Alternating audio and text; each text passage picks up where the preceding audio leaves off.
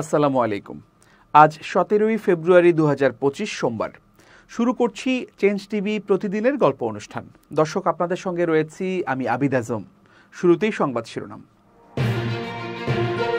Elon মাস্কের সঙ্গে চাঞ্চল্যকর যা করেছেন ডক্টর ইউনূস। অবশেষে বেরিয়ে এলো বাংলা একাডেমির ভয়াবহ দুর্নীতি।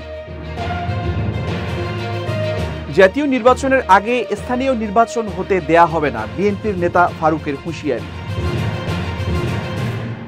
এবার বিস্তারিত। বিশ্বের শীর্ষ ধনী ইলন মাস্কের সঙ্গে বাংলাদেশের অন্তর্বর্তী সরকারের প্রধান উপদেষ্টা নোবেলজয়ী ডক্টর মোহাম্মদ ইউনূসের আলাপচারিতা এখন টক দ্য কান্ট্রি। ইলন মাস্কের স্টারলিংক বাংলাদেশে আসছে কিনা এমন জল্পনা কল্পনা সবার মাঝে। এই স্টারলিংকের বাংলাদেশের ইন্টারনেট সংযোগ ব্যবস্থায় বিপ্লব ঘটাতে পারে বলে মনে করছেন প্রযুক্তি বিশেষজ্ঞরা। বৃহস্পতিবার প্রধান উপদেষ্টা অধ্যাপক doctor Muhammad Yunus SpaceX, Tesla ও এক্স এর মালিক ইলন মাস্কের সঙ্গে কথা বলেন। আর এই তথ্য সবার আগে সামনে আনেন অনলাইন অ্যাক্টিভিস্ট পিনাকি ভট্টাচার্য। রাত 9:30টার দিকে পিনাকি এই খবর জানানোর পর রাত 11টার দিকে প্রধান উপদেষ্টার উপপ্রেস সচিব আজাদ মজুমদারও এক ফেসবুক পোস্টে এ তথ্য জানান। বৃহস্পতিবার রাতে পোস্ট করা ওই স্ট্যাটাসে পিনাকি ভট্টাচার্য লিখেছেন, প্রফেসর ইউনূসের সাথে ইলন মাস্ক আজকে ভার্চুয়াল মিটিং করেছেন। সামনে আসছে নতুন দিন, নতুন সম্পর্ক। এরপর ইলন মাস্কের সঙ্গে আলাপচারিতা নিয়ে টুইট করেছিলেন ডক্টর ইউনূস। পরে তা রিটুইট করেন মাস্ক। এবার ইউনূসের সেই টুইট আর মাস্কের রিটুইটের রহস্য জানালেন পিনাকি নিজেই। রোববার রাতে নিজের ভেরিফাইড ফেসবুক অ্যাকাউন্টে এক পোস্টে রহস্যের খোলাসা করেন তিনি। পিনাকি লেখেন, ছোট একটা আইডিয়ার কি দারুণ ইম্প্যাক্ট থাকতে পারে তার একটা উদাহরণ দেই। প্রফেসর ইউনূসের টুইট ইলন মাস্ককে দিয়ে রিটুইট করানোর আইডিয়াটা ফ্রান্স 24 এর সাংবাদিক আরিফের। তিনি জানতেন মিটিং হচ্ছে। স্ট্যাটাসে তিনি লেখেন, তাকে তাসনিম খলিল জানিয়েছেন অনেক আগেই, যখন থেকে তিনি এই উদ্যোগ নিয়েছিলেন। ইনফ্যাক্ট তারাই ইলন মাস্কের সঙ্গে একটা মিটিংয়ের উদ্যোগ নিয়েছিলেন। তাসনিম খলিল বললেন তারা প্রফেসর ইউনূসের সাথে একটা খুব স্ট্র্যাটেজিক মিটিং করতে চান। বৃহস্পতিবার সকালেই তাকে মিটিংয়ের কথা জানানো হয় উল্লেখ করে পিনাকি পোস্টে লেখেন, তাসনিম খলিল তাকে বলেছিলেন বাইরের কাউকে না জানাতে, মিটিং শেষ হলে আউটকাম জানাবেন। পিনাকি লেখেন, মিটিং থেকে বের হয়েই তাসনিম খলিল তাকে জানালেন, আর তিনি পরে স্ট্যাটাস দিয়েছিলেন। বাংলাদেশ তার ফেসবুক পোস্ট থেকেই ইলন মাস্কের সাথে প্রফেসর ইউনূসের মিটিংয়ের বিষয়টা জানে প্রথম, এমনটা উল্লেখ করেন পিনাকি। এই অনলাইন অ্যাক্টিভিস্ট স্ট্যাটাসে আরও লেখেন, এর পরদিন আরিফ জানান ইলন মাস্ক টুইট করেননি। ইলন মাস্ককে দিয়ে প্রফেসর ইউনূসের টুইট রিটুইট করানো যায় কিনা এমনটা চিন্তা করেছিলেন তারা, কারণ এইটাই ভ্যালিডেশন। ইন্ডিয়া ক্যাম্পেইন চালাইতেছে, মিটিংই হয় নাই। পিনাকি তাসনিম খলিলকে জানান ইলন মাস্ককে দিয়ে রিটুইট করানোর আইডিয়া। তাসনিম খলিল টুইটারে ড্রাফট করলেন। তিনি আরেকটা বাক্য জুড়তে চাইছিলেন, কিন্তু তাসনিম খলিল তাতে দ্বিমত করলেন। জানালেন ইলন মাস্কের টিমকে জানিয়েছেন লিঙ্ক দিয়ে রিটুইট করানোর অনুরোধ জানিয়ে। শনিবার প্যারিসের টাইম সন্ধ্যায় তাসনিম খলিল প্রত্যাশিত রিটুইটের স্ক্রিনশট পাঠালেন। Small idea, big impact. পোস্টের শেষে তিনি আরও লেখেন, তারা ইলন মাস্কের সাথে কথা বলার পরিকল্পনা বাদ দেননি। টাইম লাগবে, কাজটা সহজ না, তবে তাদের চেষ্টা অব্যাহত থাকবে আর তাদের আলাপ হবে পলিটিক্যাল। বাংলা একাডেমিতে 175 জন নিয়োগে দুর্নীতি ও স্বজনপ্রীতির প্রমাণ মিলেছে দুদকের অভিযানে। সোমবার বাংলা একাডেমিতে নিয়োগ জালিয়াতির খোঁজে অভিযান পরিচালনা করেন দুদকের সহকারী পরিচালক আসিফ আল মাহমুদ। 2022 সালের তৎকালীন মহাপরিচালক নুরুল হুদা সহ সংশ্লিষ্টরা চাকরির আবেদন ফরম থেকে শুরু করে পদে পদে দুর্নীতি করেছেন। এমনকি চতুর্থ শ্রেণীর কর্মচারী নিয়োগে 10 লাখ টাকা করে ঘুষ নেন তারা বলে জানায় দুদক। দুদক আরও জানিয়েছে, 2022 সালে কর্মকর্তা কর্মচারী নিয়োগে বিভিন্ন ক্যাটাগরিতে 180 জনের বিজ্ঞপ্তি দেয় বাংলা একাডেমি।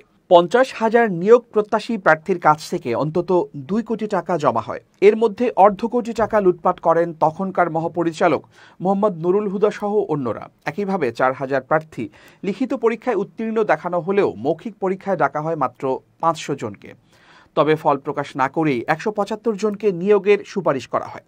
যেখানে চুক্তিভিত্তিক নিয়োগকে স্থায়ীকরণ, আত্মীয় স্বজন ও কমিটির সুপারিশের ভিত্তিতে নিয়মের লঙ্ঘন করে চাকরি দেওয়ার প্রমাণ পেয়েছে দুদক। এমনকি কর্মচারী নিয়োগে 10 লাখ টাকা করে ঘুষ নেন বাংলা একাডেমি সংশ্লিষ্টরা।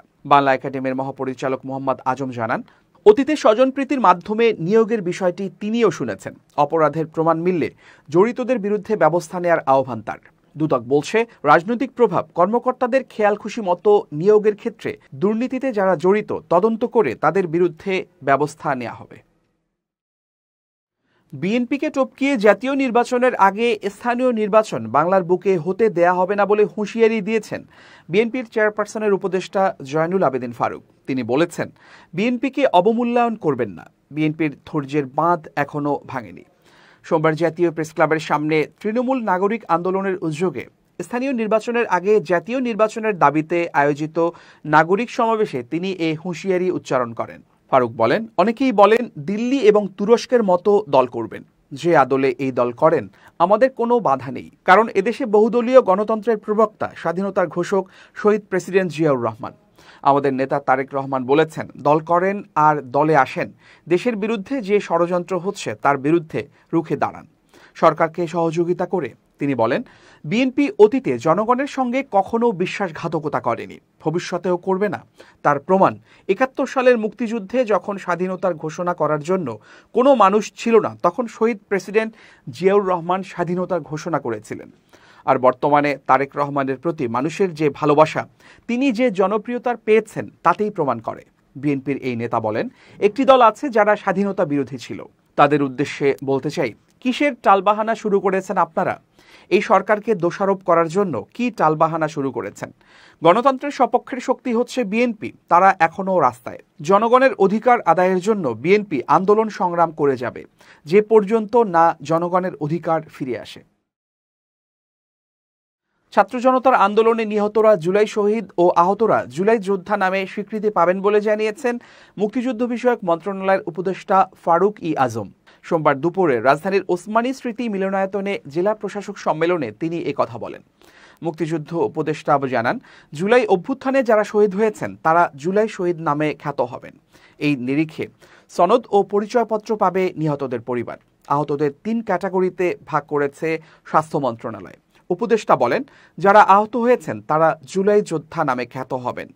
এই নিরিখে তারা পরিচয়পত্র পাবেন এবং অন্যান্য সরকারি সুবিধাদি পাবেন, আজীবন চিকিৎসা সুবিধা পাবেন, তারপর তারা ভাতাও পাবেন। উপদেষ্টা জোর দিয়ে বলেছেন, নির্বাচিত সরকার আসবে জুলাই অভ্যুত্থানের চেতনা নিয়ে, তারা নিশ্চয়ই এই অধিদপ্তরের কার্যক্রম চালিয়ে যাবেন।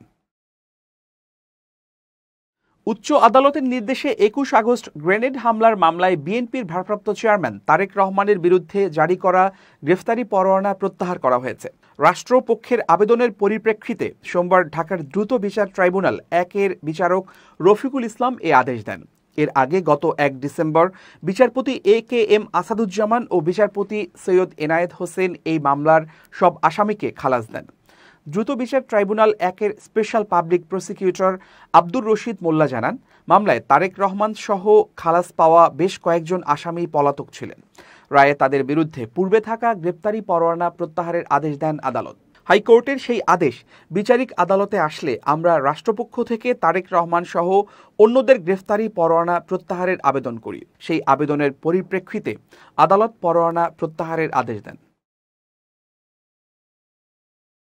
সামাজিক যোগাযোগ মাধ্যম ফেসবুক সহ বিভিন্ন মাধ্যমে অপপ্রচার ও গুজবের বিষয়ে নিজের অবস্থান স্পষ্ট করেছেন জাতীয় নাগরিক কমিটির স্বাস্থ্য পলিসি ও অ্যাডভোকেসি সেলের সম্পাদক ডাক্তার তাসনিম জারা। তিনি বলেন, আমি কখনোই শিবির বা কোনো রাজনীতির সঙ্গে যুক্ত ছিলাম না, এমনকি উপদেষ্টা সৈয়দা রিজওয়ানাও আমার চাচি নন। সোমবার বেলা 11:30টার দিকে নিজের ব্যক্তিগত ভেরিফাইড ফেসবুক আইডিতে দেয়া এক স্ট্যাটাসে তিনি এসব কথা বলেন।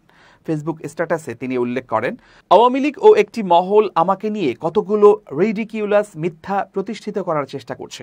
এক্ষেত্রে সত্য হলো উপদেষ্টা সৈয়দা রিজওয়ানা হাসান আমার চাচি বা চাচাতো বোন নন।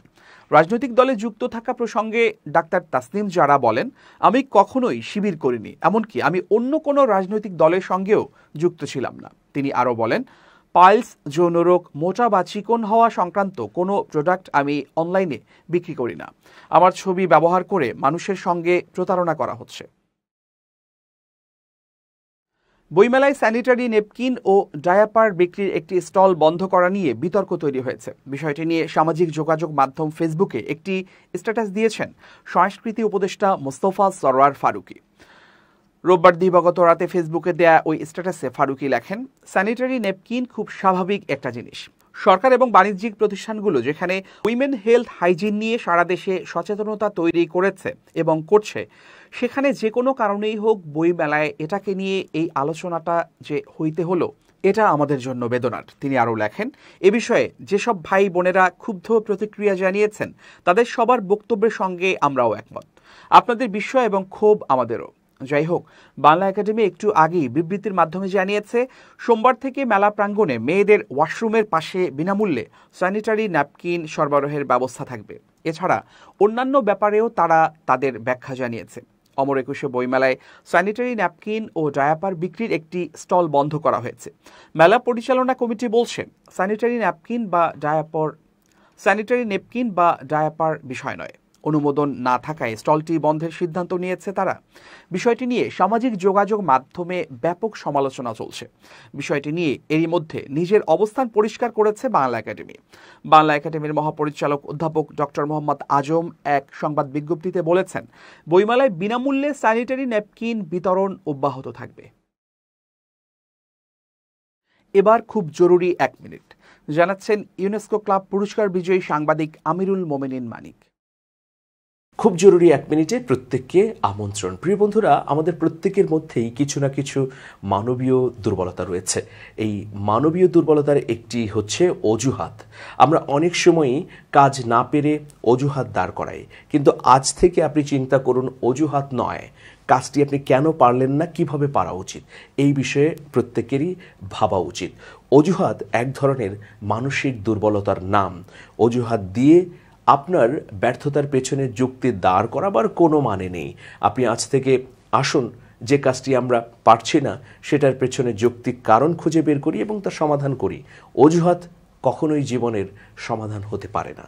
ভালো থাকবেন, শুভেচ্ছা নিরন্তর। এবার দেশের বাইরের প্রসঙ্গ।